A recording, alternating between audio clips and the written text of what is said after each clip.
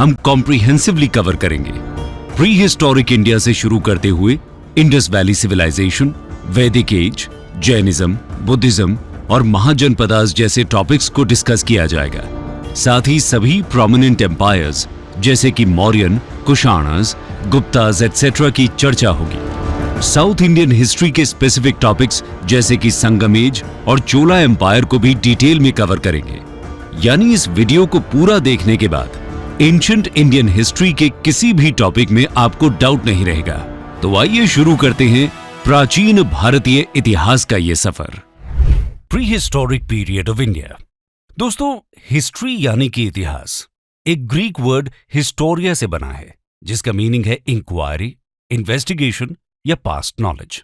हम सभी जानते हैं कि अतीत का अध्ययन पिछली घटनाओं के साथ साथ इन घटनाओं से जुड़े खोज, संग्रह और व्याख्या से संबंधित होता है, और इसी कारण हिस्ट्री के रिकंस्ट्रक्शन में हिस्टोरिकल सोर्सेज की एक अहम भूमिका होती है।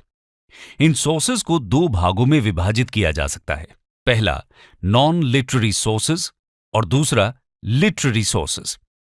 नॉन लिटरेरी सोर्सेज में कॉइन्स, इंस्क्रिप्शंस, मॉन्यूमेंट्स और आर्कियोलॉजिकल रिमेन्स शामिल होते हैं। हिस्टोरियंस के अनुसार पास्ट की स्टडी को प्री हिस्ट्री, प्रोटो हिस्ट्री और हिस्ट्री में विभाजित किया गया है। प्री हिस्ट्री इतिहास के उस हिस्से से जुड़ा है जब राइटिंग यानी कि लेखन का आविष्कार नहीं हुआ था। इस दौर का उपलब्ध ज्ञान कुछ आर्कियोलॉजिकल एविडेंसेस पर आधारित है, जैसे कि उस समय की पॉटरी, आर्टिफैक्ट्स, स्टोन टूल्स और मेटल इंप्लीमेंट्स जो कई प्रीहिस्टोरिक साइट से प्राप्त हुए हैं।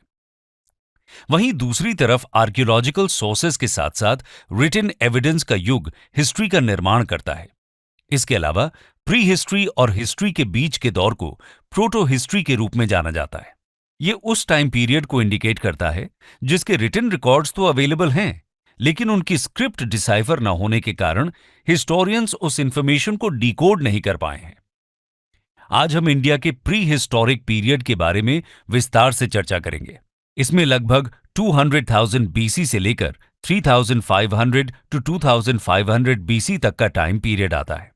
माना जाता है कि इस प्रारंभिक काल में भारतीय मानव नेग्रिटो रेस के थे और हंटिंग, गैदरिंग जैसी एक्टिविटीज के जरिए अपना जीवन यापन करते थे। प्री हिस्टोरिक एज में डिफरेंट फेजेस में धीरे धीरे मानव सेटल्ड लाइफ की तरफ आगे बढ़ता है।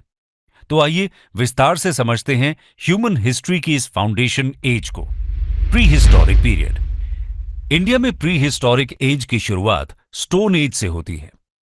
मानव के इस प्रारंभिक काल के बारे में कुछ आर्कियोलॉजिकल एविडेंस मिले हैं, जिनमें पत्थर के औजार यानी कि स्टोन टूल्स सबसे ज्यादा मात्रा में पाए गए हैं।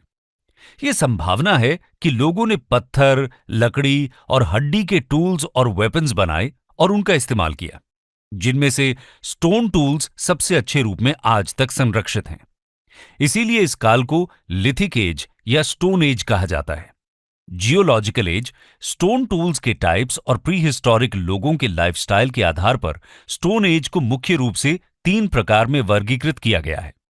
पहला पेलियोलिथिक एज यानी ओल्ड स्टोन एज, दूसरा मेसोलिथिक एज यानी मिडिल स्टोन एज और तीसरा नियोलिथिक एज यानी न्यू स्टोन एज। आइए इस दौर को विस्तार से समझते हैं। पेलियोलिथिक एज, जो कि 30,000 बीसी से 10,000 बीसी के बीच मानी जाती है।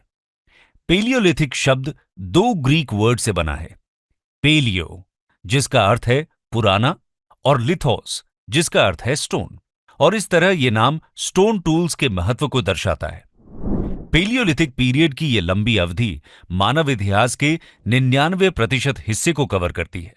भारत में पेलियोलिथिक पीरियड के सबसे पहले आर्कियोलॉजिकल एविडेंस की डिस्कवरी का श्रेय ज्योग्राफिकल सर्वे ऑफ इंडिया के जियोलॉजिस्ट रॉबर्ट ब्रूस फुट को दिया जाता है। उन्होंने 1863 में तमिलनाडु राज्य के पल्लवपुरम डिस्ट्रिक्ट में पल्लवरम हैंडैक्स की खोज की थी। इसी कारण उन्हें father of pre historic archaeology भी कहा जाता है। दोस्तों, प्राचीन लोगों के द्वारा उपयोग किए जाने वाले स्टोन टूल्स और क्लाइमेट के डिफरेंसेस के आधार पर इस युग को